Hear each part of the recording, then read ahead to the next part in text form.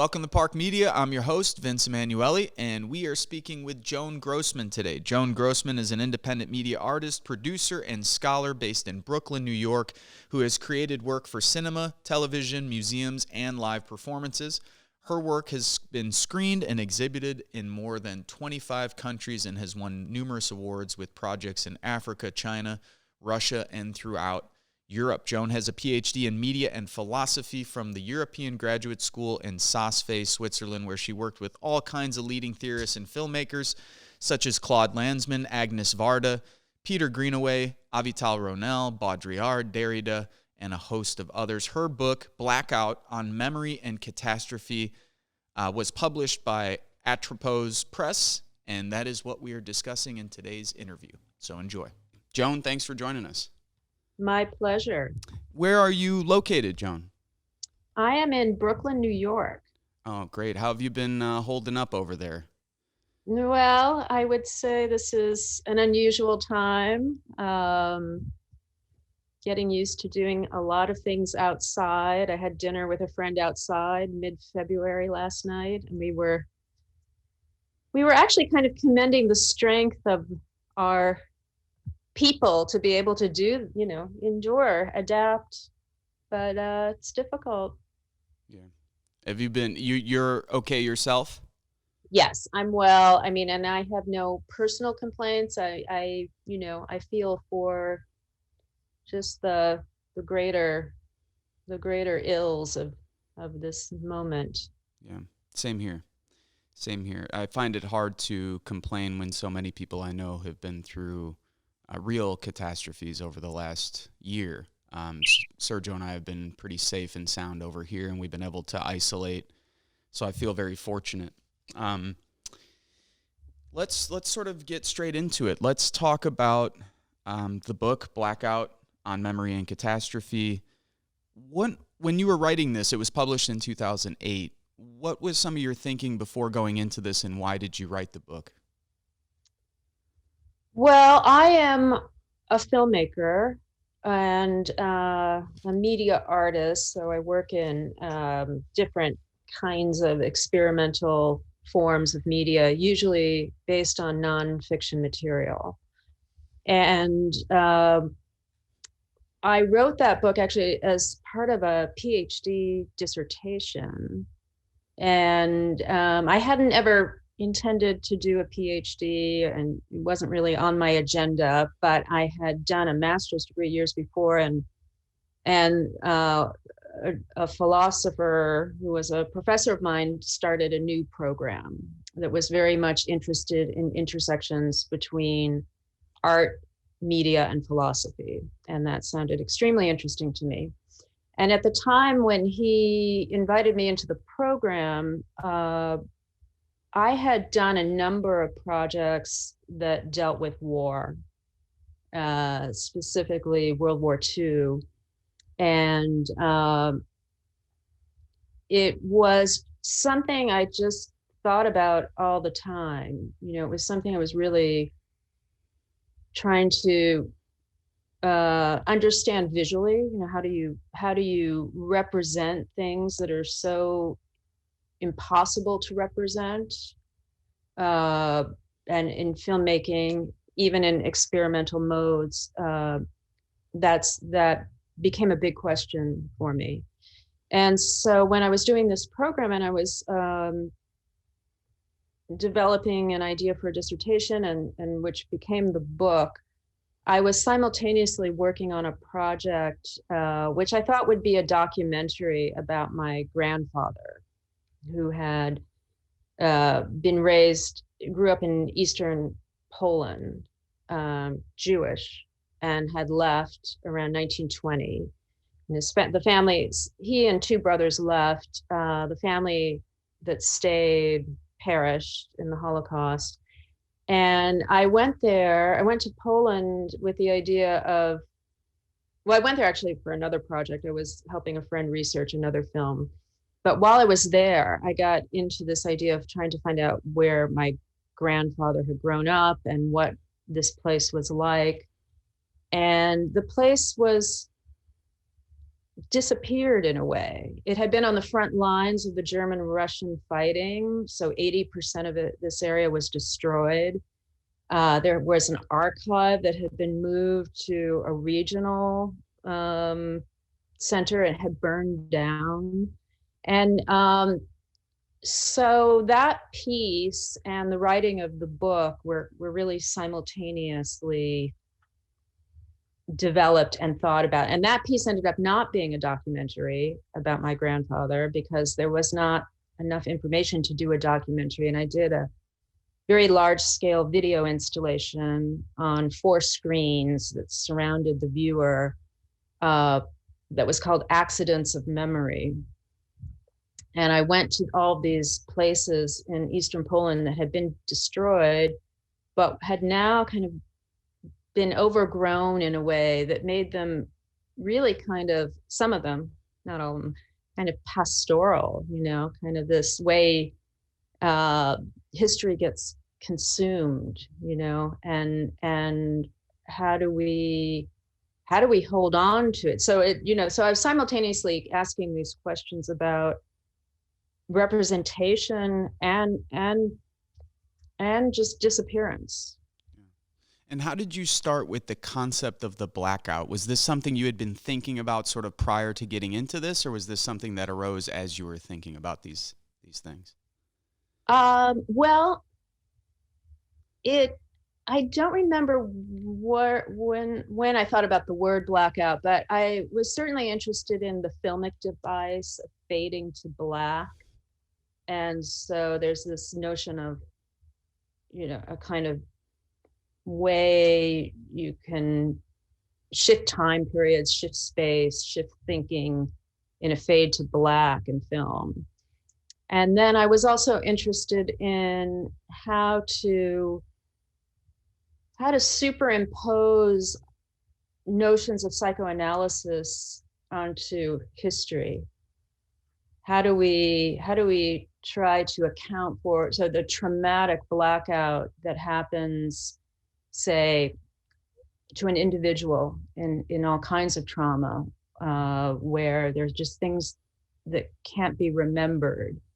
I became interested in that structure as a way to analyze and think about history in the context of war and genocide. It's been something that I've thought a lot about. I myself am a veteran. The gentleman who's running the soundboard here, Sergio Kochergin, is also a veteran. We met each other in the Marine Corps. We were in the same platoon together, went to Iraq twice.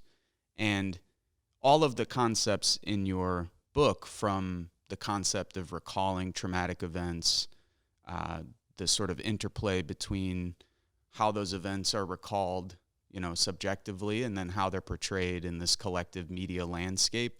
These are the types of things that, Sergio and I think have been trying to come to grips with in many different ways over the last 15 years since we've returned home from the war.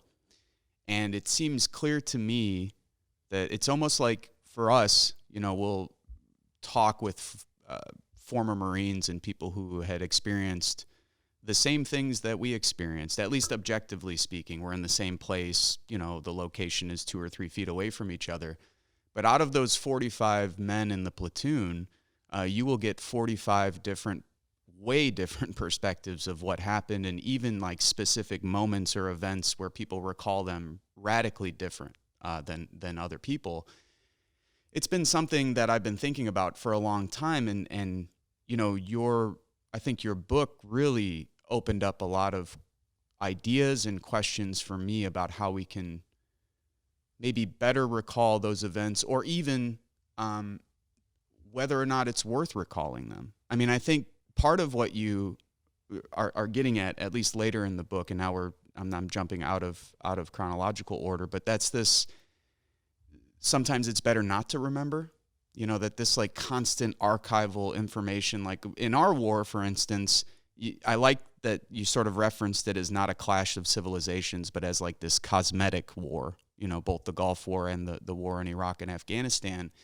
It was very jarring to enter into this hyper patriotic context of post 9/11 America, and then go to a war that, you know, half of the country didn't agree with, the other half of the country did, and then to come back from that war and it essentially not exist. By the time we got out in 2006, it was still there. It was the focal point of the primaries in 2007 between Obama and Clinton and all of this. But by the time George Bush leaves office, the financial collapse hits in 2008.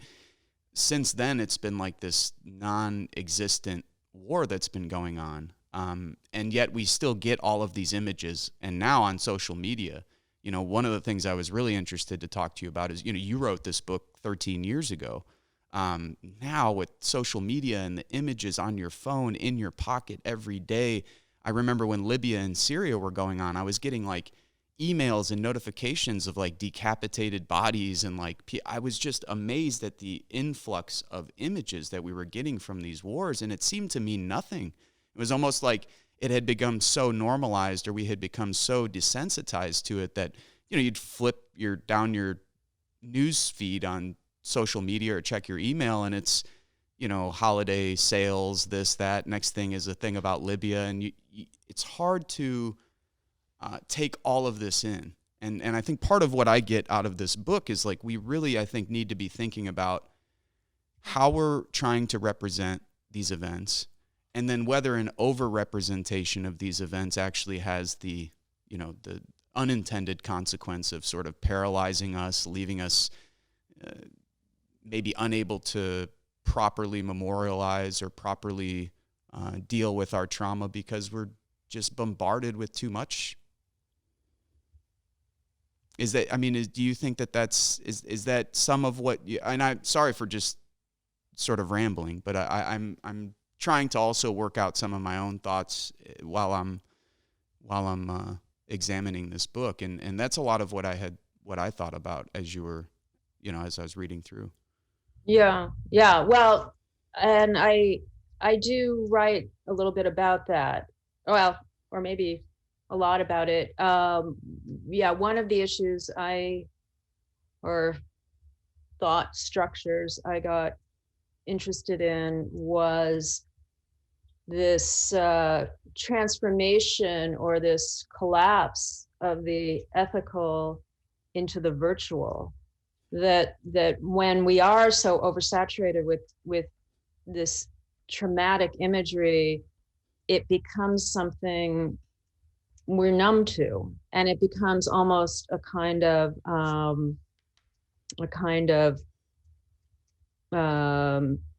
just a surface, another surface. It's virtualized, and so yeah, I think that is a big problem in our current world of oversaturation of images and sound, you know, the noise, the constant noise.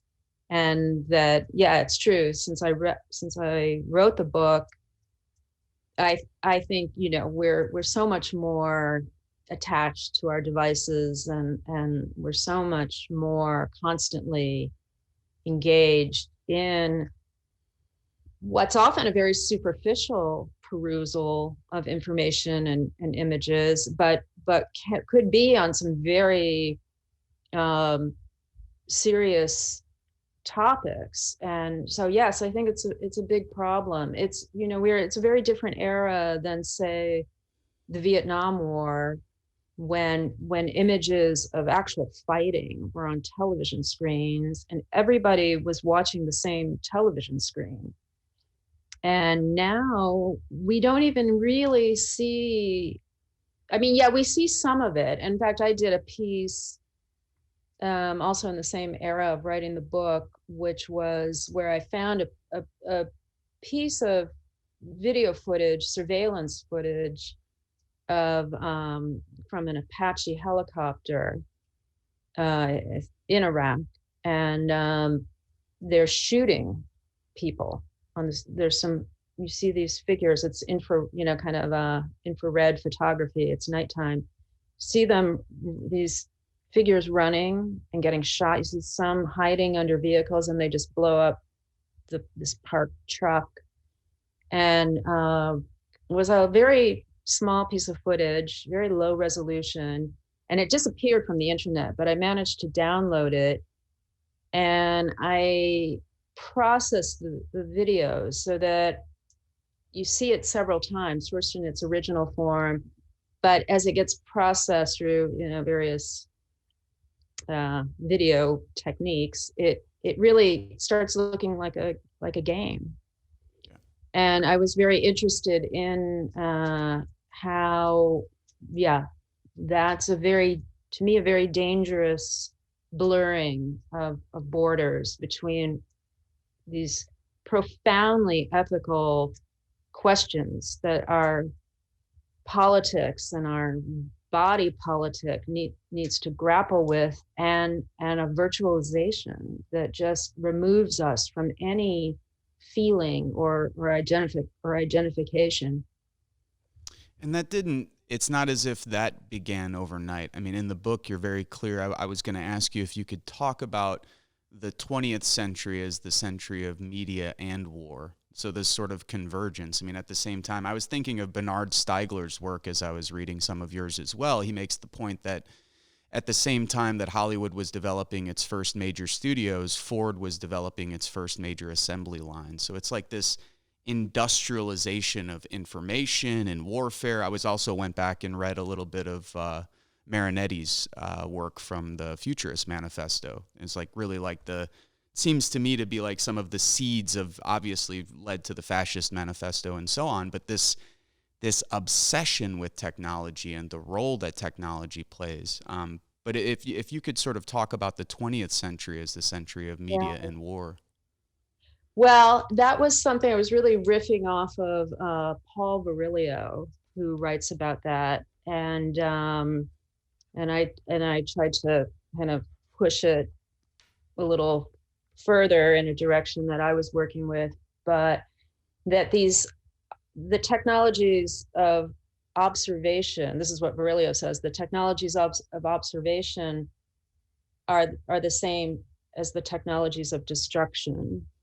And so you have really at the heart of how technology develops as being something that is really, it has been a kind of simultaneous development of how we entertain ourselves or inform ourselves. But these media technologies were designed to be of use in warfare, and starting with World War I. So with World War I was when they started illuminating the battlefield. They could bring out these giant lights and be able to illuminate the battlefield. And so, and so light is certainly part of these technologies. And that really was kind of a very startling connection for me to make. It's a strange thing. Yeah. And you can relate it to Ford, and how these technologies, there's a pernicious core in them. And it doesn't mean that, okay, so because we watch images, we're engaging in warfare, but that irony, or that, and it's beyond an irony, it's a real technological phenomenon, is something I think that opens up a lot of questions. And I think I wrote about a little bit about Heidegger also wrote about this, and he talked about communication. Okay, now I'd have to actually look at it and see what it says. Okay, this part you cut, where I can't remember what.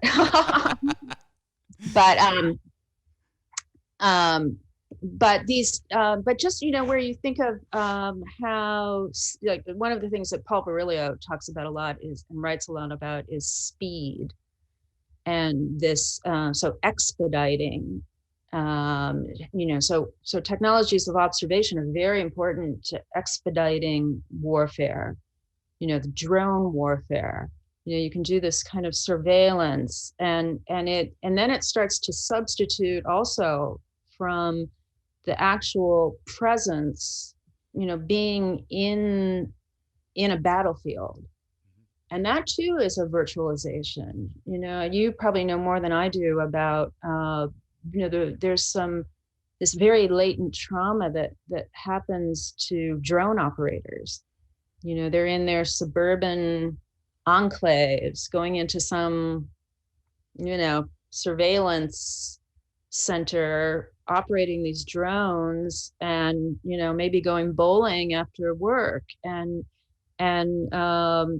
so on one level, very removed, then on another level, where does that go? Where does that responsibility and that action?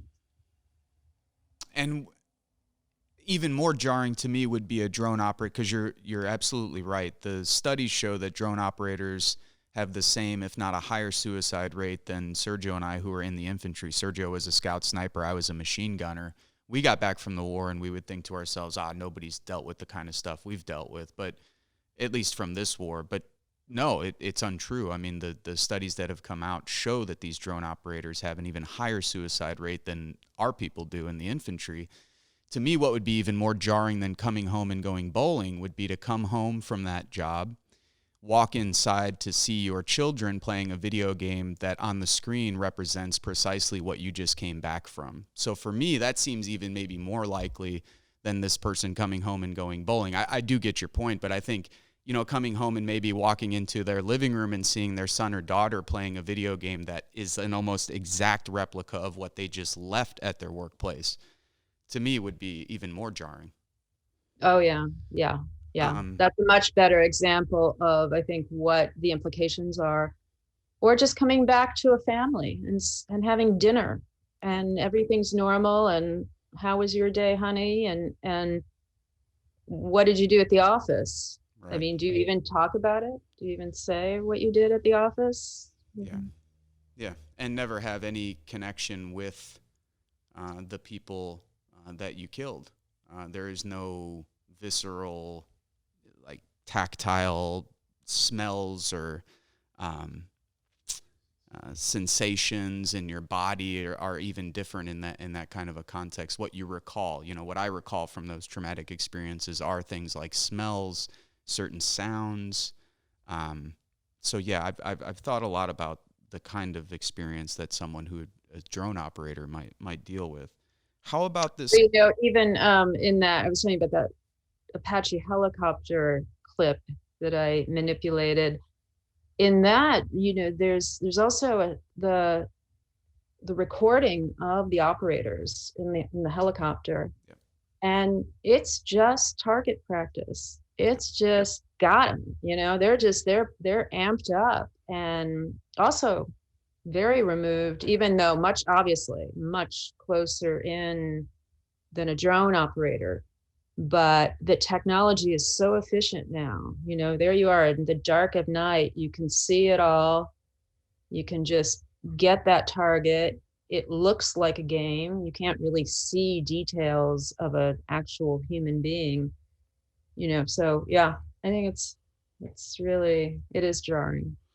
How about man thinking? This was something I pulled out of that first chapter that I really liked that you had to say, and that is power and technology as a way to escape finitude, but that man thinking of himself as this sort of quantifiable power. This is something that Sergio and I have talked a lot about recently, even separate from what we're talking about, but in the political realm. We do political organizing work, and there's this tendency of some of our friends on the left to sort of want to quantify all of our needs and desires, and that they can be represented through polling numbers and statistics and all the rest.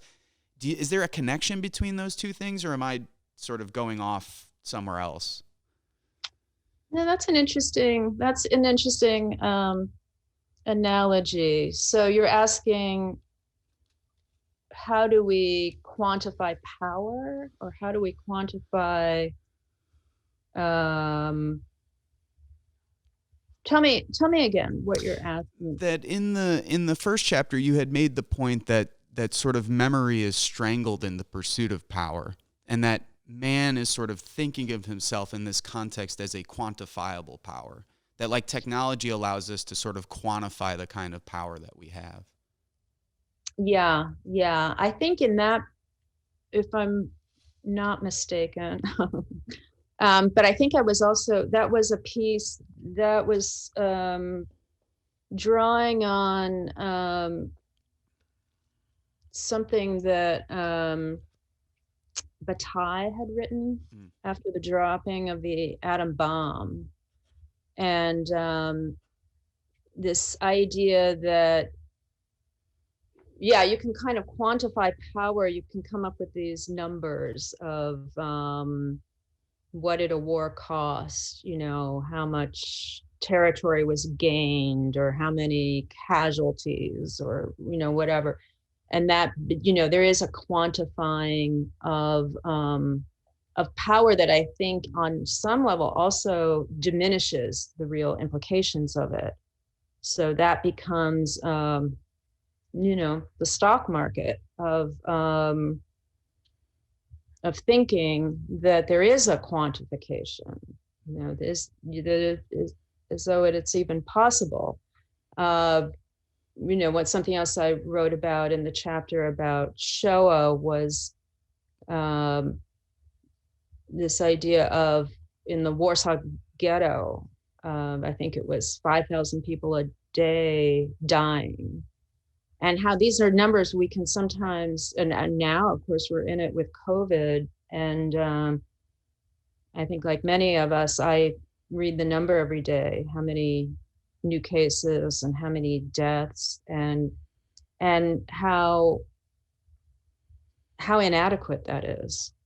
How inadequate. And just maybe that's what you're saying in terms of political organizing, you know, how do we make that adequate, you know, because for the left, of course, the goal is to improve people's lives.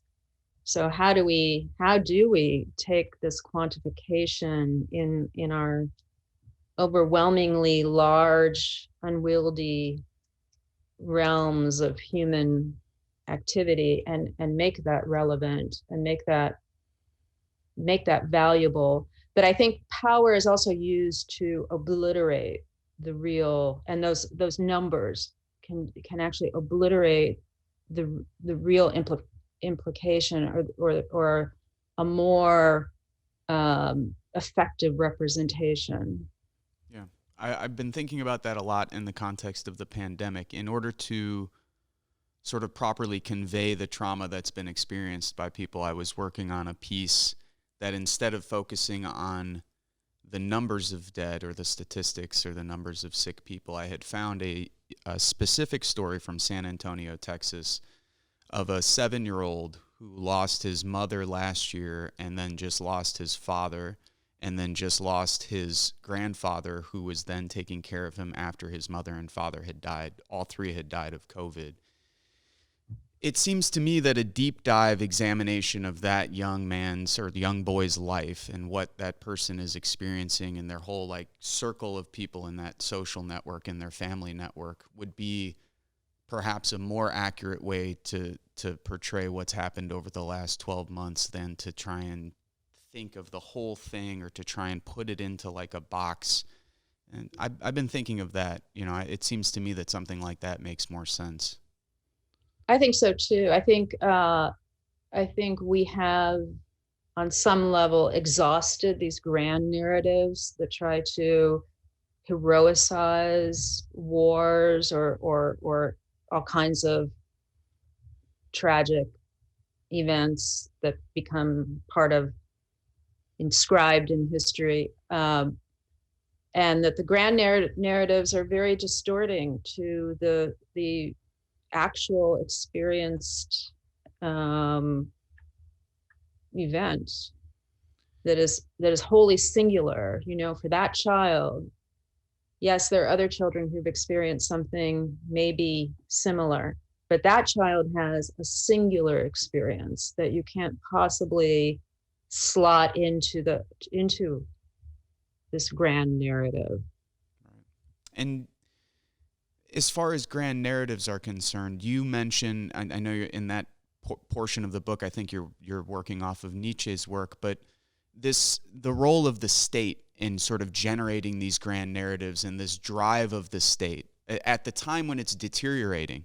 to launch these big wars, to try and like reinvigorate itself, to try and like find a new mission for itself. It's interesting to me that there's this connection between grand narratives, the state, how we relate to these things today, because it seems in today's culture, and I don't want to ramble too much on this, but I do think that it's been hard to try and find narratives that will stretch across different geographies, different constituencies, different people, that we might be past that period of grand narratives. Like, I've been thinking lately about this inability to get anyone on the same page. So like you were saying in Vietnam, and even tying back to numbers, like they were using the body count in Vietnam, so they're even then trying to quantify victory by like 20 dead GIs, 2,000 dead Viet Cong, etc. But the inability for the state or any entity in our society today to create a narrative that can sort of push large numbers of the population into one direction. So even with the Trump phenomena or all of this, it seems so fragmented today. I mean, as part of one of the points you're making is that maybe this period of grand narratives could be coming to a close. Yeah, I do mention that, and I wouldn't say that's an original thought. I think at one point I was writing a little bit about Jean-Luc Nancy, the French philosopher, and he writes about that, the end of a kind of narrative. I came up with this term, and like many things, maybe other people did as well. But when I was writing that book of homeland senility, that now I'm forgetting the name of the actual department. Homeland Security? What is it? Department of Homeland Security. Yeah. So I was interested in this notion of homeland senility because I think you're right that this idea of a kind of national narrative is extremely fractured. And now, of course, what we see happening with QAnon and this kind of wildly distorted, viral conspiracies that are getting legitimized, in the very core of our politics. It's a frightening situation, I would say. But I think, it also goes back to what you were talking about. The reason I was interested in this idea of homeland senility is that this oversaturation of images, this kind of way, and now much more than when I wrote the book, constant distraction, clicking on this, clicking on that, never really getting into the deep read, I think in many cases, that resembles senility more than it resembles, say, youth culture. So, youth culture has been associated with social media and our kind of, visual culture, but it really resembles, to me, something more akin to senility, where a thought doesn't ever quite coalesce. The fragmentation is constantly conflating one thing with another. And so, how do you really maintain critical faculties under those conditions? So that was another way I was, deconstructing this notion of memory and the damage that can be. You could look at it as being something is a function of trauma on the national level, and maybe a kind of intentional destruction. Got a little too drunk and hung over on power, right? And that killed some of the brain cells. So yeah. I think on the national level, these are big questions. And are you sort of, I felt like it's maybe pushing in the direction of like, that this could be the end of life here in the United States, that in fact, like as our nation state empire, our project here, I know there's all kinds of narratives and books that have been written in the last 10 years about this, like the end of US empire, the end of hegemony, all this stuff. But the parallels between an aging person and an aging nation, an aging civilization, it seems like it goes well beyond just American empire, that in fact, in the context of ecological devastation and climate change, that we are forced to grapple with this question of civilization and where we're headed, and if this could very well be the end. And I think, again, this bombardment of information from the news media and so on, like at least it is now getting out there, whereas 10 years ago I would complain that my environmentalist friends and my friends who are climate scientists were like, man, I really wish people would talk about this. Now I can't find someone who won't tell me, yeah, we're screwed. It's over with. It's like, that's like the sense that I get now from people who are conscious about that issue. Is that sort of something that you didn't explicitly bring that up or question that, but is that something you're kind of like urging the reader to think about? Well, it's interesting. I think with that writing, I wasn't so much, but climate is an issue that is very dear to my heart. And this climate catastrophe and emergency that we're in. So there's certainly many ways you could find connections to that and to, the implications of what we are driving ourselves to what end. Mm-hmm. To what end? We shouldn't be driving ourselves to an end. Yeah. In a more healthy scenario, but I think that existential threat is also a very visceral ongoing trauma. I think that is becoming more and more apparent, and I'm especially very kind of heartsick for younger people, and how this is, I think, landing in their views of a future. But I mean, I like to think there's like a little tiny pinhole of optimism in the book too. And I try to maintain a little pinhole of optimism in general, also through political activism and through some real embrace of possibility to overcome some of this, whether we can or not, I think is these are real questions. I know when I was younger and I would talk about these things, I was always kind of accused of being, very, I don't know if anybody actually said histrionic, but that's probably what they meant. And, and now I think it's, you hear it from the most mainstream halls of politics and from countless scientific perspectives. So, but yeah, and I think this also, I mean, yeah, you could say in the book there is a discussion of the limits of power, like how we the human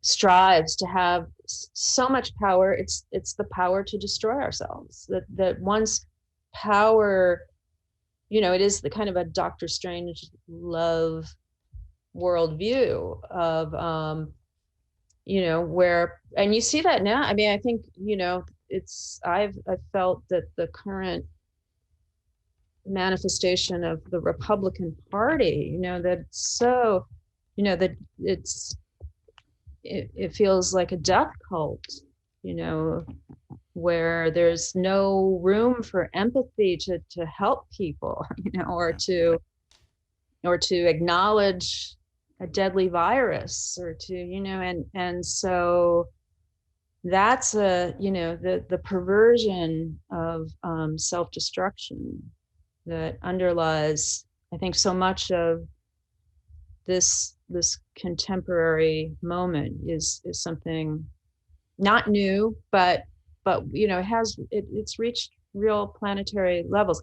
I mean, I think probably in the Cold War era, there was also a similar feeling that because nuclear destruction could absolutely destroy civilization, but the idea that we've set off feedback loops, that's kind of this strange, we've just set in motion something that will destroy us without even having to pull the trigger is a new phenomenon to actually try to understand or articulate. And I know there's somewhere in the book, I'm not sure if you're quoting someone else or if you made this point yourself, but that you mentioned that humanity has the ability to destroy ourselves, and that we can, in fact, in that process, actually aesthetically enjoy it. That there's like one of the problems is that we might develop ways to aesthetically actually enjoy this destruction. Can you talk about you mentioned the futurists. Yeah. I think, so there's that image of the futurists where they're kind of talking about the battlefield lighting up like flowers in a field. So yes, I think that, and I wrote about, I started looking into images, the atom bomb, because I was it was for a video piece I was doing, and I discovered this bizarre fetishized world of atom bomb images online. There are these networks that are just obsessed with it, and it's a beautiful image. It's a sublime, magnificent thing. We create you set off this cloud into the sky. So yes, I think that the aestheticizing of destruction and of calamity is I think it's that's always been there. I think there's people love watching a car crash, or in a movie, but I think it's amplified, when we're so saturated by imagery, and where you just can go find any image you want. You can and then you can find the communities that surround these images and talk about them. And so I think the aestheticizing is something that will continue to, I think, really be more explosive, more viral, more present. And it's a fine line, I think, between a kind of fetish and an aesthetic, especially, when I think of some of the really hideous kind of QAnon theories, that really draw directly off of Nazi propaganda, this blood libel. So the Nazis said the Jews were killing babies and drinking their blood. So QAnon, got much smarter. You don't have to just target the Jews. You can target all the liberals, all of Hollywood. You can just target half the population. And but this obsession with it is verges on a kind of aestheticizing.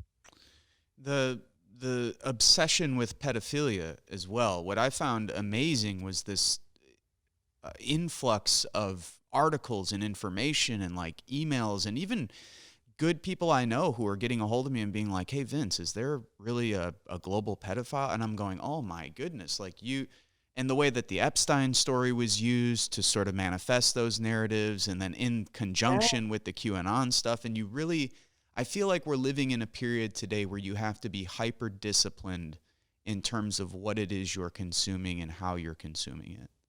Oh yeah. No, and I think the reach, it's true. The reach of all of that is way beyond any kind of conventional political border. It has really penetrated the new age Yeah.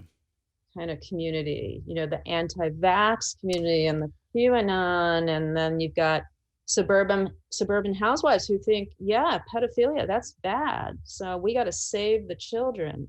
So all of the way that this is reaching such strange bedfellows. But I read a very interesting piece recently that was comparing the whole QAnon phenomenon to a gaming environment, because the way QAnon functions is it drops clues.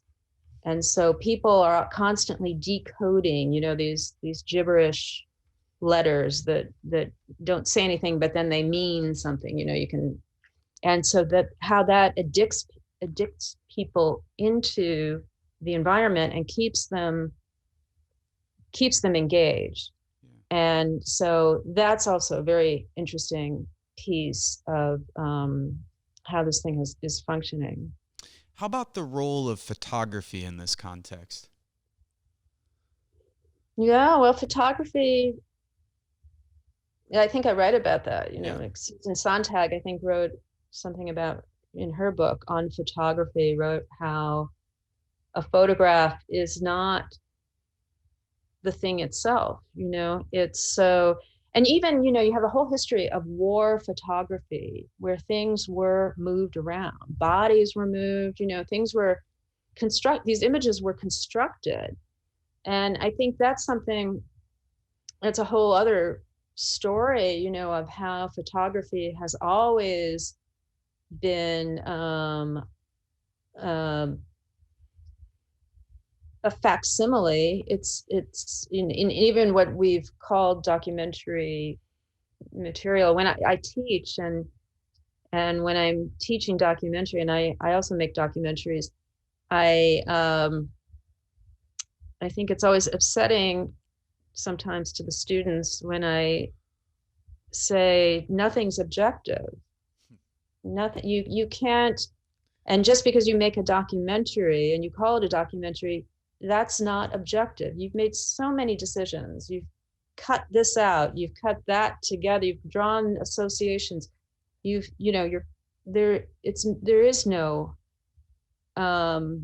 objectivity. So with that in mind, then we're searching for other ways of identifying or understanding truth and truths, and it's very complicated.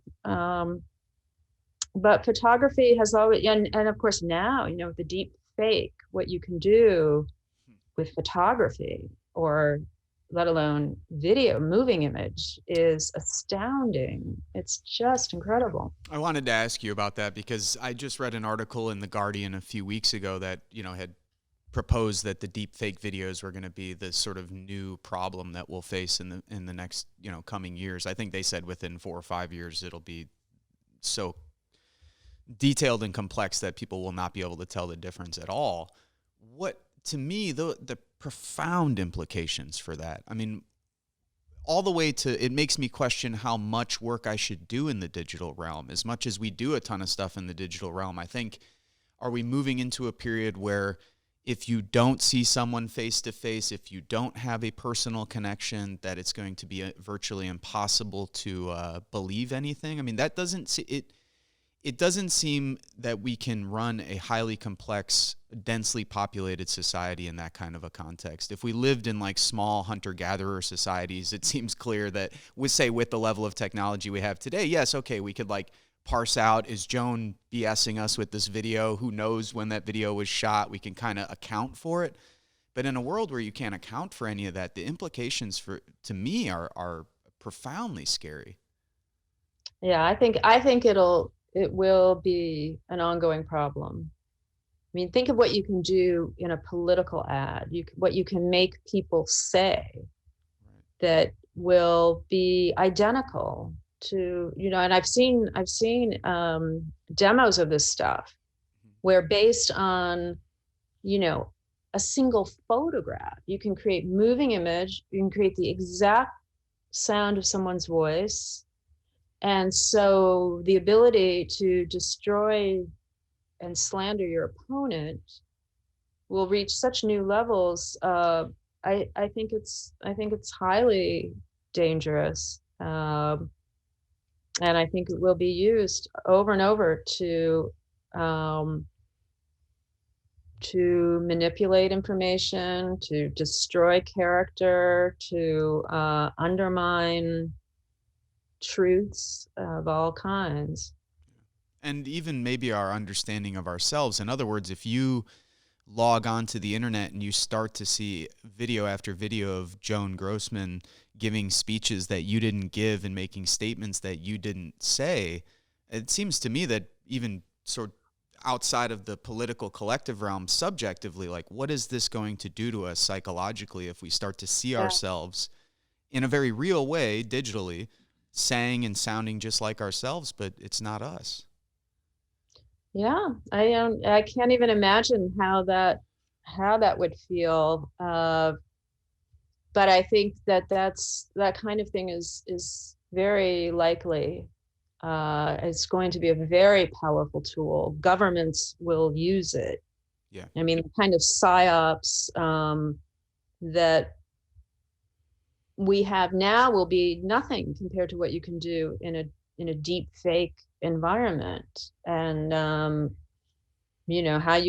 how one government can bring another government down. All of those things can be really cataclysmic. But you're right. I think even in the private realm, how do you maintain some semblance of one's own being? That's a big one, I think. Yeah. I would assume this is a problem a lot of celebrities already deal with. In other words, if you're a well-known person who, when you go to the store, you see a picture of yourself and your wife, like the most unflattering picture that someone could find, like seeing those things and then seeing yourself on TV, that has to, I mean, know some people who have had some success doing things, and it seems that that constant bombardment of images of yourself is not at all healthy. I mean, it's not only not at all healthy, but it really disrupts your state of being and thinking of who you are and what are the influences going into thinking, who you are. I wanted to ask you also about this concept of the digital archive. And I don't know if I understood that portion of the book correctly, but I definitely wanted to ask if sort of you make the point that it both destroys and creates history. Today, we don't have laws written on stone tablets. We're even creating less hard copy books. Like, people are publishing books straight to Kindle. We no longer make DVDs or movies. They just go straight digital. All of this is like predicated on the belief that this superstructure of technology will continue forever. You don't explicitly say this, but what I was thinking about when I was reading that portion of the book was like, it seems to me we live in a time where the digital archive can also sort of disappear, or if we have like an infrastructure failure, if people decide to delete this portion of history, it's not like there's going to be too many hard copies to like make up the gap. Exactly. Yeah, I think that is true. And just like the deep fake, you can easily manipulate digital records. And when there is no hard copy, I think. And then there's the whole problem. I went to a talk a couple years ago with somebody from the Smithsonian and an archivist, and he was talking about how, you've got all of this, all of these records or artworks or films or images, whatever, all of this digital material that was made on technology that became obsolete. Think of something like the old floppy disks, all these things that, and I'm sure we all own some material that we can't even play, or access, and then on top of that, it degrades. I've known people who are avid music collectors, and they put everything on CD, and then 10 years later, their CDs are all degraded. It turned out not to be a stable format. So yeah, I think we don't quite understand where all of that is going, and what is lost without those analog artifacts. Even they send out these space time capsules. They leave on the moon, and I think they've left some digital, artifacts, like a CD-ROM disc or something, like that ended up in one of these things, and it's like who's gonna play that? And, at least if you leave a book and some alien finds it, or some future space traveler finds it, it's something you can see and touch, and so how can you? Yeah, there's a lot of danger in losing all of that body of knowledge, memory. Where does it go? Where is it safely stored? Let me ask you this, Joan, because it seems to me that there's a lot of people who want to go back.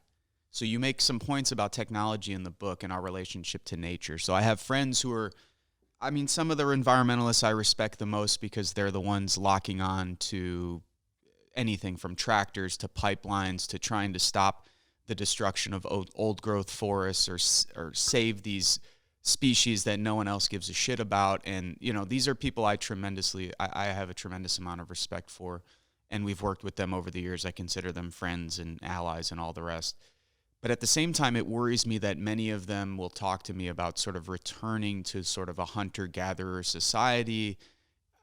I think there's maybe objective reasons why that's not feasible with 7.8 billion people on the planet. But let's say that it is. What do you think about that? And it seems to me that there is no going back, but that we also can't allow technology to be the driving force of where we're going. That we have to find a way to live with it and to maybe harness some of that energy and find a balance, because we're not going back to hunter-gatherer society. At the same time, I don't think anyone wants to live in the Black Mirror TV show. I don't know if you've seen that show at all, but and we're in many of those episodes. It's actually we're already there to some degree. But I think that there's a lot of that people go, wait a minute, I don't want to go there, but I'm also not willing to maybe go back. And even if we could go back, which I don't think is possible. What do you sort of make of that? Yeah, I don't think we can go back. There's no going back. There's going forward. I'm always having these conversations with my friends on the left, because I think in the last 4 years, and especially in the last year, there was so much attention to this lament of, this era, and I like to challenge them that the left needs to start envisioning a future in a very bold and beautiful way, because if we're not fighting for something, if we're only fighting against, that's not adequate. And I think these kind of ideas of going back, I think is not possible. I don't really abide by that. But I do think we do have a crisis of envisioning a future that really can be manifest in any with real potential, something that has real potential, and something, it's something I struggle with, but it's something, it's also something I really yearn for, that space to really be getting beyond all of the triage that needs to happen, everything from, a living wage to zero carbon, which is really kind of just ameliorating damage done. But where do we, how do we build this thing that is actually, what are, how do we really envision our species thriving in a way, because I think we do have a crisis right now. I think, and it's something I would say, I don't know if it's global, that crisis. I taught in China in the last couple of years in the summers. And it's been kind of amazing to be in China and realize there seems to be such a greater level of optimism and sense that life is getting better. Sure. And data shows this, yep. The kinds of studies that have gone on. Yep. And that was actually a very startling realization that to realize, to face that, especially here in the United States, those feelings are very dampened right now. Optimism or life is getting better, that there's all this possibility. I mean, I had a conversation with a young woman architect in China, and she said to me, there's never been a better time to be a young person in China. And it was just it was very energizing actually to hear that. And she's doing this incredible, brilliant, modern architecture that's really, very innovative, doing very interesting things. So yeah, I don't think it's a matter of going back. I think it's a matter of moving into a future that we can really imagine and articulate and strive for, with some real sense of purpose. I've also written about utopia. That's another thing that interests me. Kind of the way utopia actually comes out of catastrophe. And I don't think utopia is adequate either. But I think it provides a certain framework that has been useful for various ways of thinking and conceiving. But yeah, that's something I do think about a lot. How do we start building that future, that vision? Your point about China is so important. Here at the community center, in which we're located right now, we have a friend who teaches at the Art Institute of Chicago. She brings down her classes every semester to do a little thing here in the community center, and Sergio and I give a presentation to them and just kind of have a conversation with them, kind of projects they're working on, talking to them about the importance of having actual physical spaces like the one in which we're in right now. I'm 36 years old. Sergio's 36 years old. We were both born in 1984. Sergio left the former Soviet Union when he was 14 years old, ends up in the United States in another sort of dying empire. I think those of us who were born in that time, I have this conversation with my friends from the 68 generation all the time, because they're like, there was so much optimism and hope, and we were out there and we thought it was like right on the verge of major change. And in many ways there were great changes, things that we still benefit from today from that generation. I don't think that should be downplayed at all. But our generation, on the other hand, have grown up in this context of constant decline, and where we live here in Northwest Indiana, and you're originally a Hoosier, in this part of the state in Northwest Indiana, and throughout the Rust Belt and the Midwest, we've just been devastated over the last 40 years. And now add on top of that the Trump stuff post-2008, the racial violence and police violence and militarization and opioid addiction, and you just go on down the list that we spend our days organizing. Like, the reason we opened this space was for cultural, social reasons, but primarily as a hub for community organizing. So during the day, we knock doors, organize events, meetings, whatever it is that we're doing.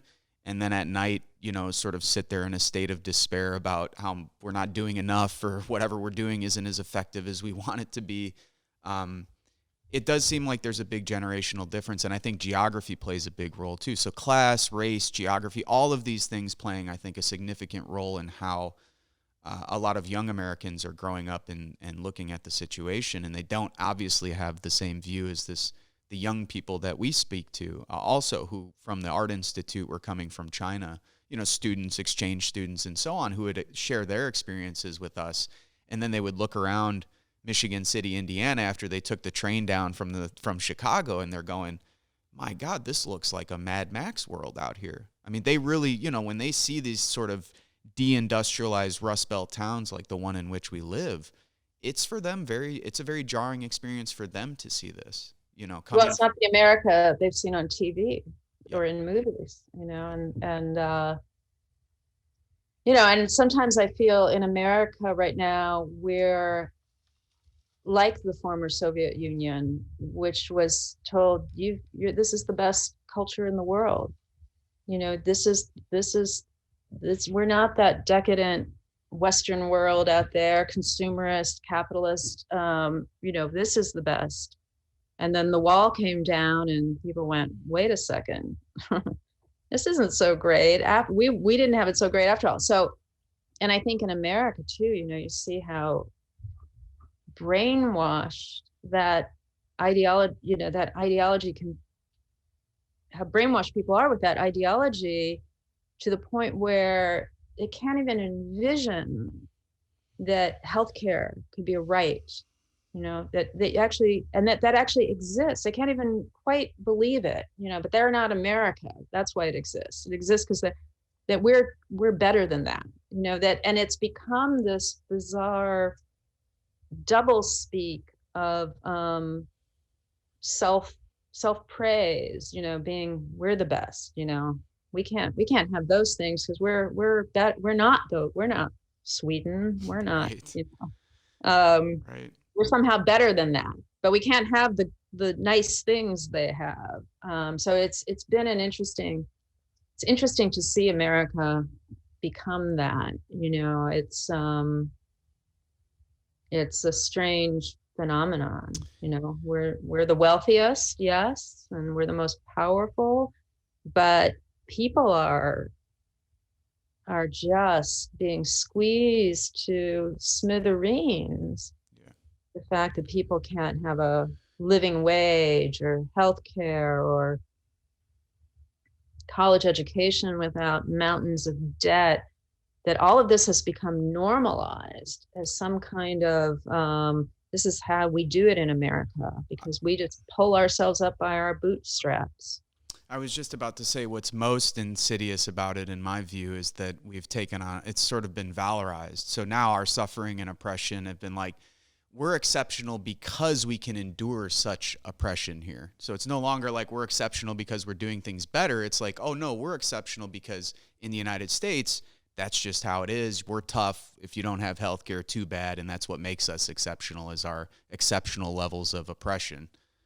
And it is also, it's the worst of a kind of cowboy mentality, that if you don't have those things, it's because you just weren't tough and strong enough to get them, So that's also this idea that, that mythology plays into this idea of, okay, you're either a winner or you're a loser. And I think the Trump era just reinforced that ad nauseum. And so all of those things that are, just eroding a kind of, it's so anti-intellectual on one level, but it's also just making our politics very vulnerable to the phenomena of QAnon or all kinds of manipulations. It's one of our biggest challenges, and one of the most heartbreaking things that we encounter organizing where we're organizing, is that we often meet people who have been beat down by this system, and will tell us that they 100% deserved it because they made a mistake when they were 27 years old and didn't finish their school or didn't pay off a loan 1 month. And it's like, you know what? I'm the one who fucked up. I'm the one who's got to deal with this. Oh man, it's hard to even transition in the moment of the conversation, because it hits you immediately that this person has internalized this to such a degree that they almost wholly blame themselves for the situation. And that's truly heartbreaking. It's also, I think, a sign of just how powerful the systems of propaganda are in this country. Yeah. As far as alternatives are concerned, and I agree with you, this is another complaint Sergio and I have for our left friends. You can't just be against everything. We have to have a positive, viable vision for the future, something people can get excited and feel like they have a part in. Do you think part of that is a sort of challenge of, well, I guess two questions. One is, do you think that's a lack of imagination? And how much is that sort of lack of imagination tied to our sort of restraints of language? So in other words, like, we work with the Democratic Socialists of America because they're the largest left group in the country, and it allows us to connect with people throughout the region, throughout the state. It makes a lot of sense for us. Now, we also do local organizing efforts that don't have any of that language attached to it. But I guess I wonder, like, do you think it makes sense to use the concepts of like socialism, communism, these types of things, or should we move beyond that? Is there a moving beyond that? I think unfortunately the language is problematic. Noam Chomsky has written about the way that anything dealing with anything that rang of communism or socialism became so maligned in the media, in the halls of, in the capitalist realms of power, that it's a problem. I wish Bernie had run as a social democrat. I think that would have been I agree. I think it would have saved the conversation I had many, many times when people said, well, he's a socialist. And I would say, well, what do you mean by that? That opens that whole conversation, because just the word is so triggering that to have the conversation beyond the word is we don't have the hours in the day to do that with everybody who needs to have that conversation. So unfortunately, yes. And on the same, at the same breath, I would say Bernie didn't have to run as, and I don't think Bernie runs around saying, I'm a socialist. I think it's, he identified early on in his political life as a socialist, but I don't believe by and large he wanted to nationalize all means of production, right? Yeah, maybe the utilities, that makes sense, or there's certain, nationalized healthcare.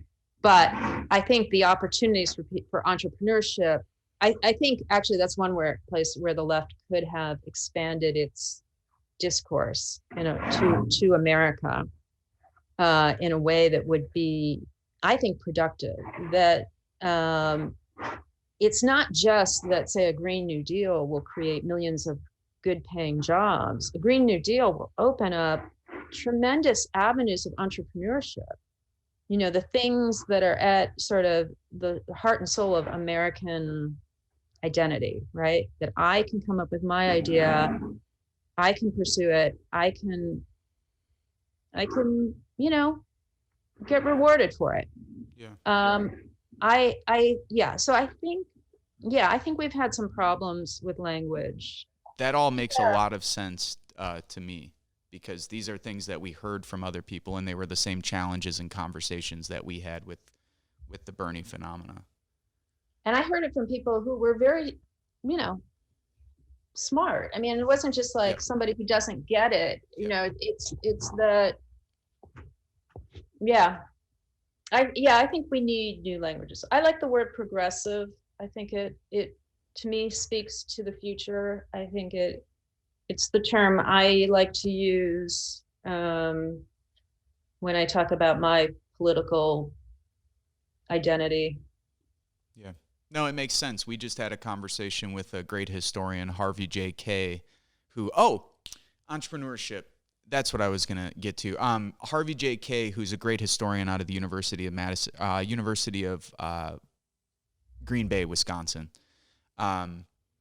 Excellent historian of American history and so forth, but he was making the same arguments and through the campaign trying to really encourage the Bernie folks, because he has connections at that sort of level of politics, was like really trying to encourage them to drop the socialist language and take on the social democratic language, and instead of pulling from Norway and Sweden and et cetera, to pull from American history that would maybe resonate with people more here, that there is a social democratic tradition here, stretching from MLK to FDR to Thomas Paine and beyond. And I do think that would have been useful. When you brought up entrepreneurship, I was reminded of a interview that we recently did, not recently now, many months ago, with Michael Hart, who had wrote a book with Tony Negri called Assembly. And in their book Assembly, he's talking about like re-examining this concept of entrepreneurialism and that we should use it, that the left should employ it.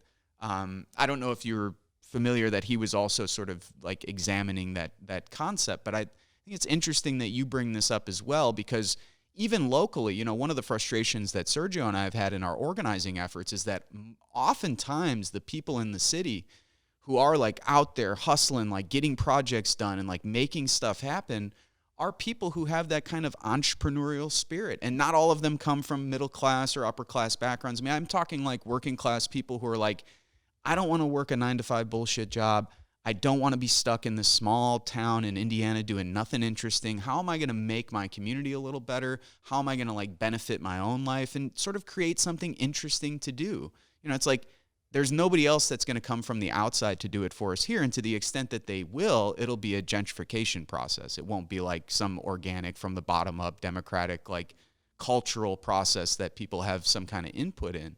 I think it's really, really interesting what you say about entrepreneurialism, because it also seems one of the challenges we face with our socialist friends, who I think are relying on the state to do so much, is that it is in sort of contrast to this American tradition, or at least the ideology that we've been sort of filled with, especially in my lifetime, since the Reagan era and this neoliberal era, that people have really been told, the state is bad. Now, people are starting to, I think, re-examine that, younger generations, Bernie supporters. But there's also this other part of, I think, that entrepreneurialism that we can tap into that you're mentioning, that Americans already have this sense of like, well, why can't we do it ourselves? I think we see some of that with like mutual aid efforts, for instance. I think people jump to that because it's right in line with this American tradition of like, we're not going to wait for the government. We're going to get together with our neighbors, our friends, and our family, and we're going to make this thing happen right now. And I think there's some benefit to that the left sometimes poo-poos too much, Yeah, I think so too. I wasn't aware of the other work you were talking about. But I feel like, also one of the ways we're brainwashed in this country is to think, okay, deregulation is good, right? Because that unleashes all this ability for innovation and entrepreneurship. But we don't have deregulation. We have regulation that benefits the corporate sector and has actually squashed entrepreneurial resources. So, so I think when you talk about language, it's on so many levels that the discourse is so distorted. If corporations weren't allowed to evade so many taxes and operate on a level where they can completely monopolize markets and then pay ridiculously low wages, you would have a different environment for innovation and entrepreneurship. So, I think there's so many things that need to be evaluated in terms of how we talk about it. And I do think on the left, yeah, I believe very, very strongly in the common good. And there are things that we do have to support in the common good. right? If we don't have the government involved in building highways and bridges and having standards and whatever. Okay, so we all agree. How about, clean water? Okay, so you can healthcare. I think it's absurd in this day and age that is considered something rogue. But I strongly believe people want to have the resources, the space, the capacity to have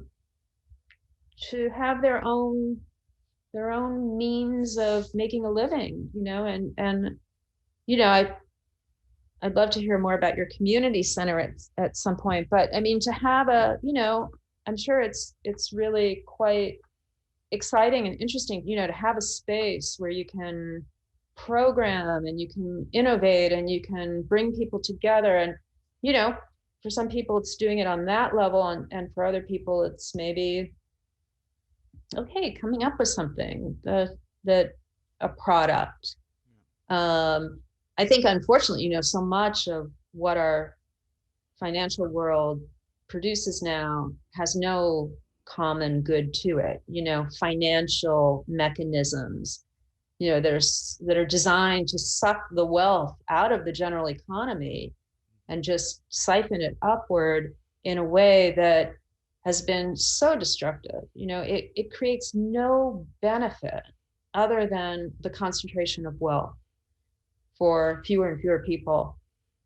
Yeah. And, Bernie, of course, has talked for many years about how you tax financial transactions, and you can, in that world of finance, and how you can intervene on this obscene concentration of wealth.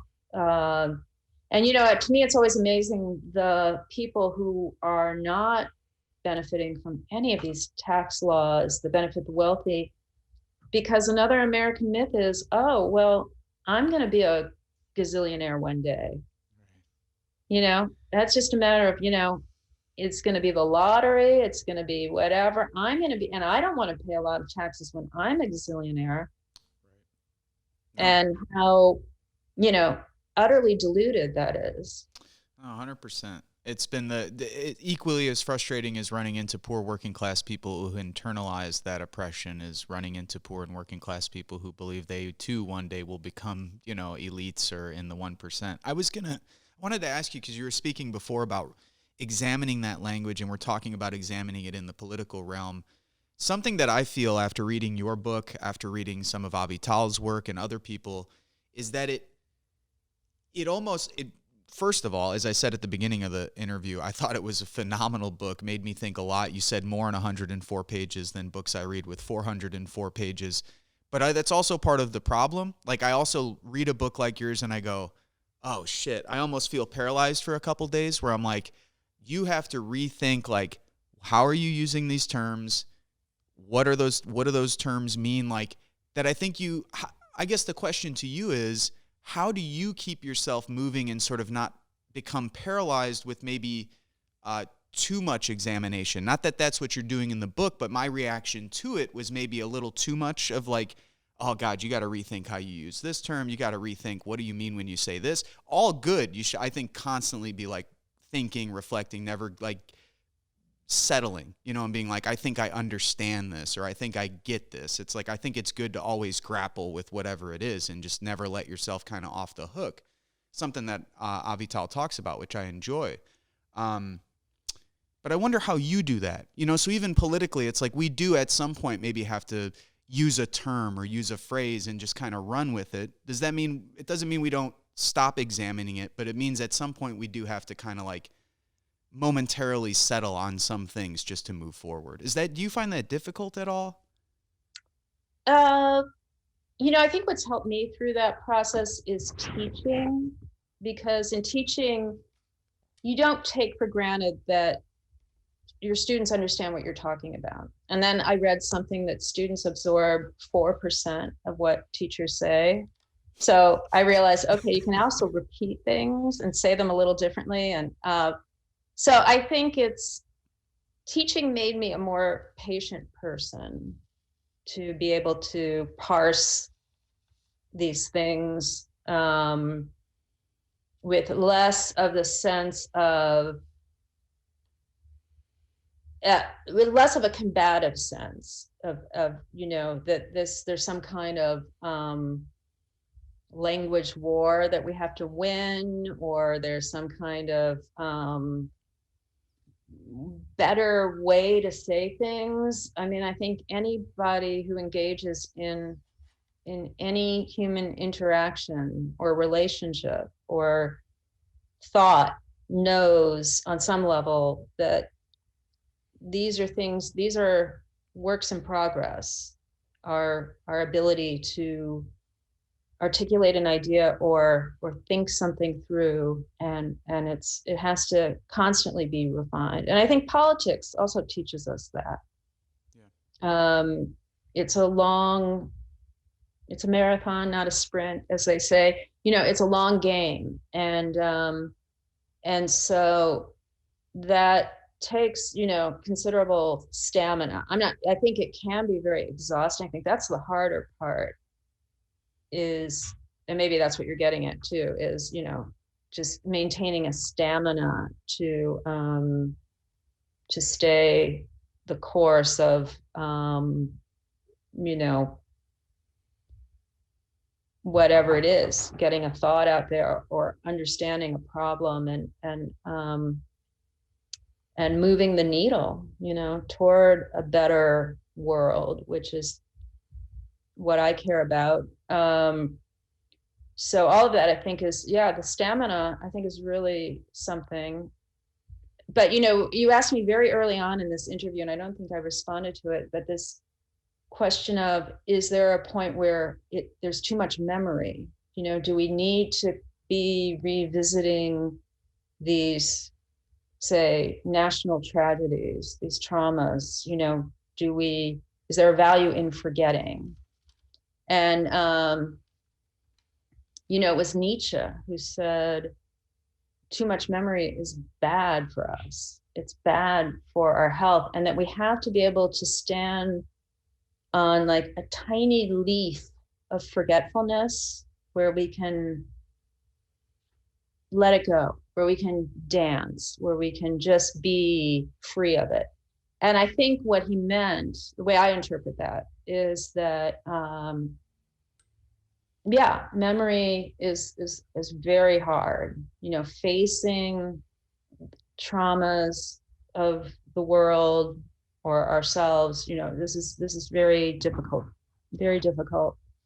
and it would be too painful if we weren't also able to have those moments of forgetting and enjoying life. And I have that's a conversation I also have with a lot of people on the left who who have become very despairing.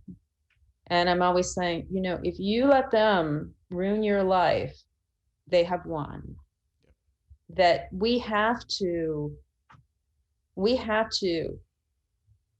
for lack of a better term, but we have to enjoy life. We have to be, and to me, that's part of this vision of building that world we want to live in, is living it too, is living life, and not that these are big, sometimes dark questions, but we have to stand on that Nietzschean leaf of forgetfulness sometimes, and just be free people, and be alive, and in the fullest sense. So I think that those balances really are important, because the despairing left, I think, becomes impotent in its own way.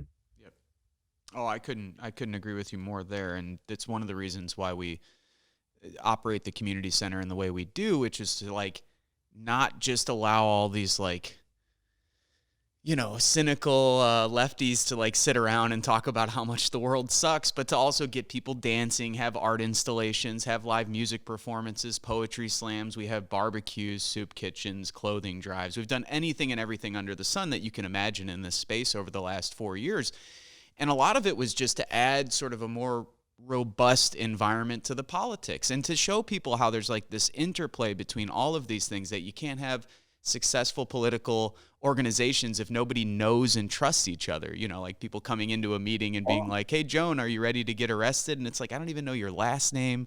I don't know where you live. But you're expecting me to like undertake this tremendous sacrifice with you. And yet we haven't built the kind of like foundational trust and sort of social bonds that's required, I think, to make those things successful. I think it's a huge thing. Culture and art are ways of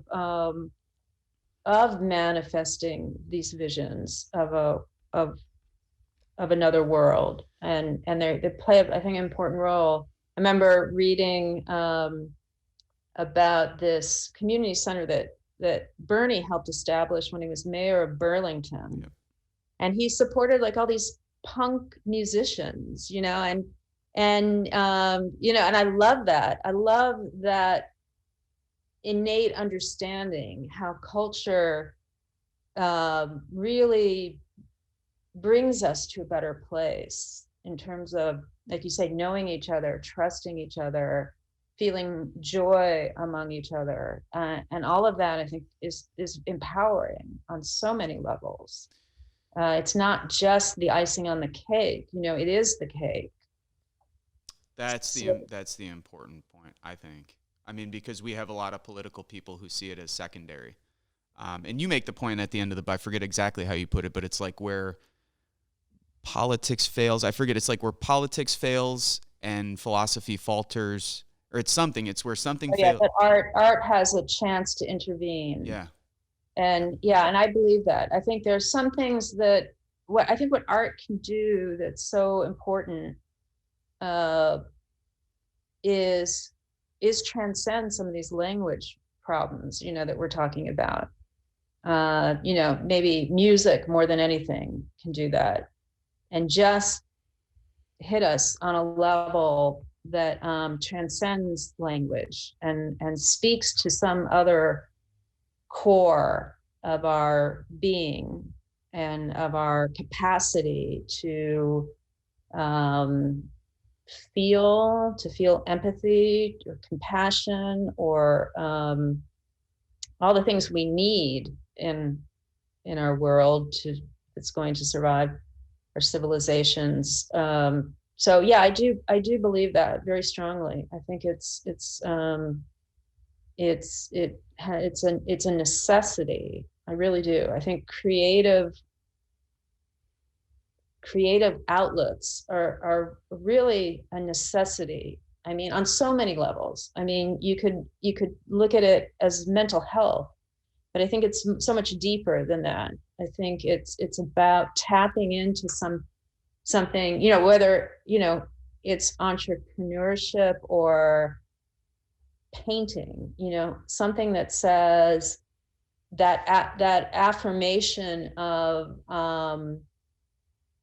what I'm thinking, what I'm feeling has value, has a reason to be expressed, has a possibility to be expressed. So I think those things are, and our culture has increasingly undervalued it in our education system. I think to who knows what ultimate negative impact. But when you take away the arts in the schools and you just put so much of this rote learning, teaching to the test, and you don't value creativity. I mean, cultures thrive not by people knowing how to just crunch numbers and siphon wealth into the stratosphere, but with creative thinking.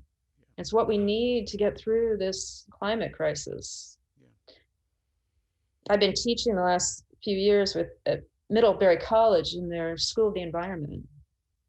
And And the founding director of that program, had a really great vision of, he brought me in as an artist, and he's director of sciences there, he's now retired. But this idea that, it's coming from the director of sciences at a, very high-end college, to say that the future needs scientists and artists to work together. We have to design this future. We have to make, it's a creative process. It's not going to happen strictly on some quantifiable level. It's going to happen culturally as well. And that's how, the will to build a future comes, it's part of where it comes from. It's like I'm thinking about, in some ways, we're almost going back to the beginning. It's like the cave paintings came before politics. There's all of these, the things that you're mentioning are things that's like almost going back in time, where it's like, even with philosophy, like there never was a disconnect between science and art or philosophy. Like that started as one thing. It wasn't supposed to be separated out. So it's like in some ways after so many thousands of years, like now we're going almost not backwards, we're like with the understanding of what we have today, but trying to tap back into, I think, some of those things that we have always understood as being innately part of our experience, that there shouldn't be those sort of separations between philosophy or art or science, and that culture and the inherent urge to express ourselves as human beings came long before even, political systems, concepts about politics, just that wanting to scratch something on a cave wall, wanting to build a huge mound in the Neolithic era for our ancestors who've passed away to memorialize their deaths. Yeah, that urge, very primal. Yeah. Very, very, very deep. Yeah, it's and it's also, I think, even like with the cave paintings, there's some attempt to understand what's around them, obviously, the animals, the hunting, all the ways this representation is so compelling. It's something else I'm trying to get to in the book, if not overtly, in some subtextual way. We can't escape that compulsion to represent what's around us. That's why I don't think it's going away. And I work in that field too. I make images, it's, but there, I think there's room for, we have to analyze it. We have to also understand and observe where it's become some kind of virus, Mm-hmm. Do you think that each of us who are in that field, so people who are producing images and et cetera, affects and so on, that there's a sort of both individual ethical responsibility, but then a collective responsibility as well? We've been talking a lot about the collective responsibility vis-a-vis politics and so forth, but even individually, like, do you ask the question, what am I putting out there? I'm sure you ask that question, but how often should I do it? What is like, is there too much? I mean, there's also, before you had mentioned the point about Nietzsche and forgetting, I think it was, you were referencing Derrida, who was talking about this archival fervor, and maybe it wasn't Derrida, so I apologize if it wasn't him, but Derrida does write about archival fever, yeah. Mm-hmm. And you mentioned that that's like, has like a radical evil element to it as well. So like, how much of this is like, we're trying to archive. Sergio and I have this, I think, the same thing. He's trying to make his documentary. I'm working on a chapter for this anthology about the war in Iraq, and I've been paralyzed by the sort of the word count of 5,000 words and saying, okay, you have this chapter, and now what do you want to say about this most traumatic experience in your life that you've also inflicted death and trauma on other people? You have a responsibility to portray that in the most honest and accurate way that I could possibly do so. It almost, it's like, I feel a tremendous amount of responsibility on that project. I know Sergio feels a tremendous amount of responsibility filming in a place that his family's from, and a place that's under tremendous stress and devastation right now. Is how often do you grapple with that? Sort of, how do you grapple with those questions? Do you have these conversations with friends, or are these a lot of like reflections that you deal with in a solitary fashion? Well, I think the question of why am I doing this work and why does it matter is always there. It's something I always also talk to students about, that it's a big question, and I think self-doubt is always there too in one's work. Is it good enough? Does it matter? Does anybody care? All of that. So, I mean, those questions, of course, are there. But you mean also the question of like, how much is too much? Yeah. Yeah. How much is too Yeah. much? And is there a way to even determine that? Well, when I wrote Blackout, it was in the midst of a number of projects I did that had to do with war, and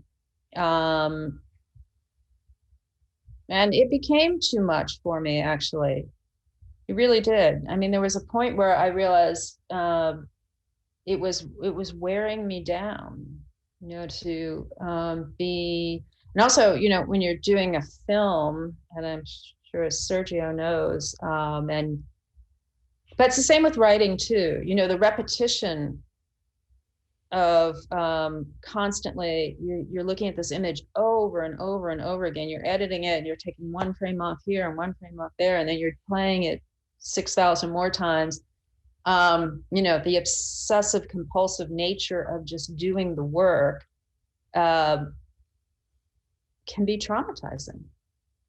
To be engaged in those images over and over and over and over again. I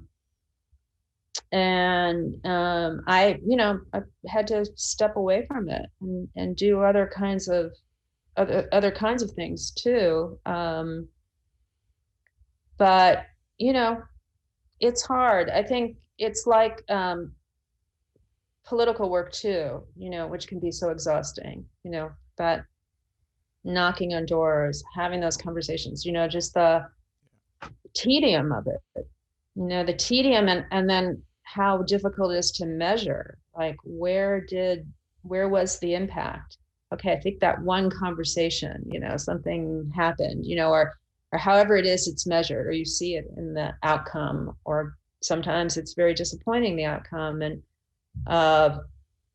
yeah, I think with any of the work, any work that one is trying to do with the idea that it has some kind of role in the discourse or in moving the needle, is very taxing. It's very taxing, and I think we have to take breaks, go swimming or play in the snow, and not, I do think, as I said earlier, that, just in being alive is a multidimensional process.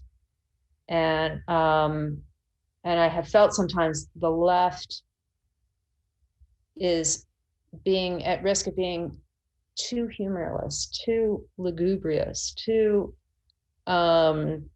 rigid in ways that may not serve it well. Sergio's got a big old smile on his face sitting behind the soundboard. He's like, fuck yeah, that's right on. He agrees with this 100%. This is stuff you are playing our tune, Joan. And for people who are watching or listening, I've never spoken with Joan before this, but they're going to laugh because half of the things that you've said about the left are things that we've like consistently said on this program since starting it. So it's nice to hear it. I've got sort of two more questions before we end. One of them, and this gets right into what we had just talked about the limitations of language and the role of film, and that is, after reading your book, it was even worse because we finally got the go-ahead for the anthology, and I'm like, language is gonna fail me. I'm like, how in the hell am I gonna write this chapter? Because this is like, I'm like, language is gonna fail me, and film would be a much better medium through which to express the kind of things I think that I would like to get across. Because when you're trying to recall those kind of traumatic events, as you write in the book, and as we've talked about earlier, it's like scattershot. It's not, you don't remember step by step. Like it's, and then in some instances, I mean, surprisingly or paradoxically, and sometimes the most violent experiences, you can remember things almost frame by frame, or at least you think you can remember them frame by frame. Now, how much those memories and images actually match up to what we saw and did, these are like the questions that I've been asking for years. And sometimes that it seems easier, not easier, how do I put this? It seems better to use that medium of film to do something like that, to recall a catastrophic event, to recall that kind of trauma. This is something that you brought up throughout the book, but you mentioned it toward the end as well. And I just wanted to get maybe some of your last thoughts on, like, where do you think there's maybe specific areas in life or in our society there that language does play a better role? Here I'm also thinking about W.G.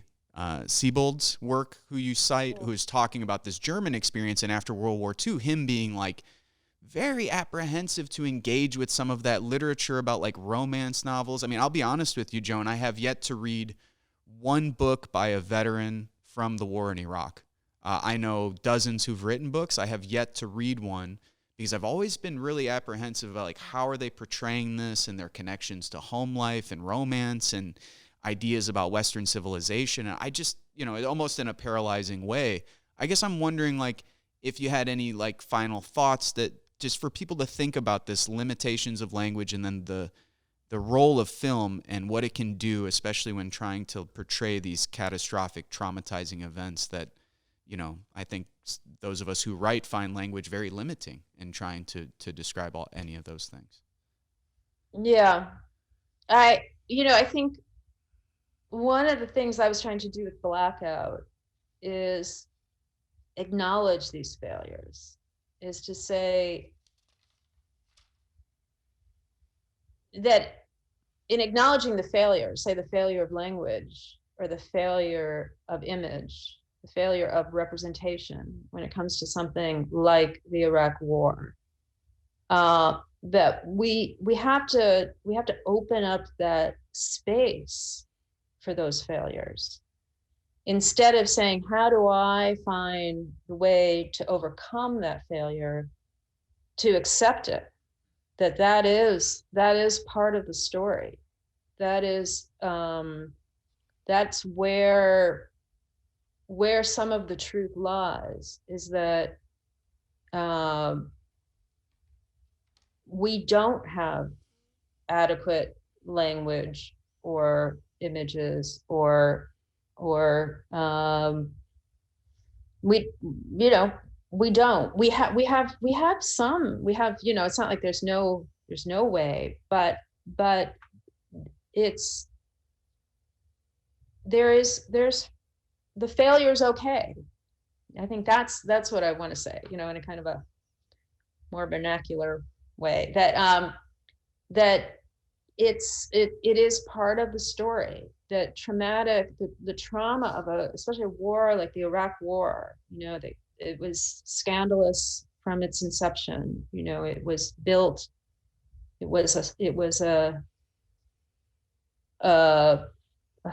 talk about a failure of language, weapons of mass destruction, and the whole way language was weaponized to provoke that war, or to launch that war. It's a very important part of that story, I think. And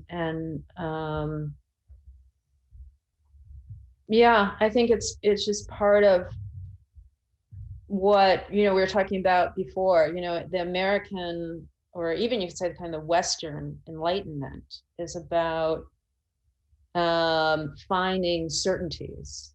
And, so science has helped us have certain ideas of what composes our world quantifiably.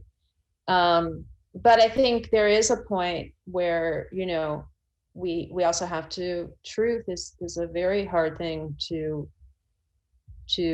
assign certainty to. And that is also a terrifying thing, because when you talk about things where there are rights and wrongs and real breaches of ethical relations, that to say, what do you mean there's no truth? Well, I'm not saying there's no truth. I'm just saying truth has many facets to it, and it's not as easily determined as we want to believe it is, and so and these are, I think, where the discourses on war and abuses of power need to move into those spaces, where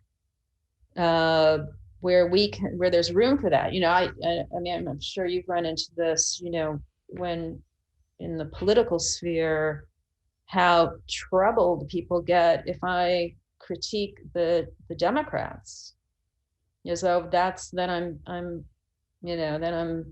bolstering Trump, right? Right. But we have to face failures across the spectrum, and the failure of language is, kind of at the heart of so much of what in our civilization has driven it, has memorialized it, has canonized it, and there's room for failure. I think that's where the American, and Western and enlightened vision is very afraid of failure. Failure is considered something, some kind of breach of character, and when actually it is part of our makeup. I became interested in this blackout. Why is it that, in these very traumatic events, like, and you're saying you try to remember what happened, let's say in some event in Iraq, so even our brains are somehow programmed, or somehow exist in a way to shut down, to shut some of this out, shut it down. Just the overwhelming, there's a limit to our capacity, and that doesn't, and so maybe failure is the wrong word. Maybe we need another word for that. But I think part of it is also acknowledging these vulnerabilities. Our culture doesn't like vulnerability. It's very disdainful of it. It's the number one. Humility and vulnerability seem to be the two concepts that humility, vulnerability, and discipline have been the three concepts I've thought about the most since getting home from the war. Vulnerability, because growing up in such I know it's like cliche to say these days, but like a hyper toxic masculine environment. And it's true. There's truths to that. I do think there's some people on the left who've kind of, I don't know, taken that into a realm that's unhelpful for us, like talking about, males in society or people who identify as males, etc. But there is a lot of truth to it where, I grew up in a working class, blue collar, union family, all veterans, Italian family. You're tough, you shut up, you do what you do, you take care of people, and that's the end of it. And then watching so many of our fellow veterans come home and kill themselves or die from drug overdoses, more of whom then died in our platoon while we were in the war. And, Serge and I, a lot of times it kind of goes back to, inability to open yourself up and be vulnerable and to just tell people, hey, this is too much for me right now, or I'm having a hard time coping. I don't know how to deal with this. I'm having thoughts. I feel sad. All of those things come back to that ability to sort of open yourself up and to be vulnerable. And how would I guess to sort of wrap up, you know, at the end of your book, you're talking about finding ethics, but finding ethics through like recognizing, tell me if I'm wrong here, through recognizing not only our own mortality, but the mortality of the other. Can you sort of talk a little bit about that and sort of what you mean by finding those ethics in our mortality, and how much, this would be a second question, would be, it also seems to me that we live in a culture that really doesn't like talking about death at all, you know, and it gets back to maybe ideas about certainty or living forever or whatever it may be. But that also, that's something that, you know, I've wanted to talk about for years, because it's like, oh, I'm thinking about death all the time. And it's been this. Well, if you want to do another show on death, I would be very interested in that, actually. Okay, let's do that. Because it's something I'm also very interested in. But yeah, I think that's all of what you say is exactly right. I think, so at the end of the book, the idea of recognizing that finitude, you know, as Avital would say, that recognizing just that shared experience. Yeah, I don't think, you know, empires aren't built on mortality. You know, empire is about, you know, living on beyond, you know, any mortality. And so, you know, that's obviously a very flawed concept. So, but it's very much embedded in our culture. And I do think that the only way forward for our civilization, you know, is to find the humility and the vulnerability, and to take care of the vulnerable, and to be more humble to our natural world, the animal world, you know, to be good stewards, you know, to not just consume it, chew it up and spit it out, you know. That's what empire is to a large extent. So you know, I think part of the failure of language is that failure is considered a failure. Yeah. There's the paradox. But that all these vulnerabilities are not accepted in the narrative, the grand narrative of exceptionalism, you know, which is, you know, we're always right, you know, and I think Trump personified that to such a bombastic degree. And it's interesting how it did resonate for so many, you know, and I think the left has to pay attention very closely to the fact that, okay, yes, we won this election, but Trump got more votes in 2020 than in 2016. And so there's no falling off of support, but there is, on some level, a very deep need to believe in this mythology of winning, being right, you know, all of that hyper masculine kind of persona of identity. And you know, so I think this is what we're up against in terms of language and politics and all kinds of everything that makes up our civilization. These are, you know, very fundamental sets of values that are being put out there in this kind of rugged individual, there is no other, which is essentially what, you know, a certain strain of the American and Western narrative is. You know, I think the reason why so many Asian countries did so much better with the pandemic is there's a much stronger sense of collective responsibility in Asia. Across, and I know that's probably a little bit of a generalization, which I don't like to make, but Sure. I mean, but it exists, and so and so that's interesting. I mean, you can quantify the outcome. Yeah. With the pandemic, for instance, it'll be interesting to see what kind of studies come out that look at some of those cultural factors in the outcome. Because even here, or I have many friends in Europe who have gotten tired of complying, say, with wearing a mask, or that you do it for other people. It's a problem culturally, how we embrace the other and that collective responsibility and that common good.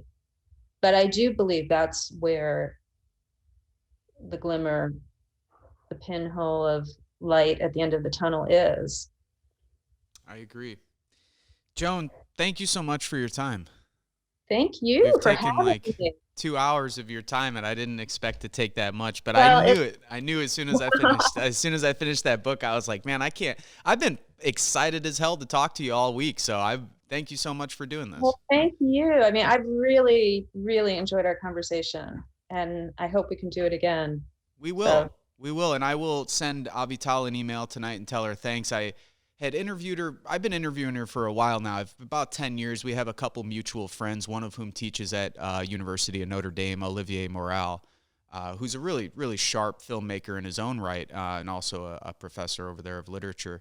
But yeah, I had asked her, I said, hey, do you have anybody in mind that I'm just looking for some names I might not have heard of? And you were like number one on the list with about 4 or 5 other people. So I have to thank her for turning me on to you. So I appreciate it. Well, I have to thank her too, because I really enjoyed this. Cool. I'm glad. Hey, thank you for watching and listening. If you think this program is worth a pack of cigarettes or a cheeseburger, you could become a Patreon for as little as $3 a month. The link is available at our website, parcmedia.org. That's PARCmedia.org. Make sure to subscribe to our YouTube channel below. Also, you could find us on Instagram at Parc Media, Facebook at Politics, Art, Roots, Culture, and you could find me on Twitter at Vince Emanuele.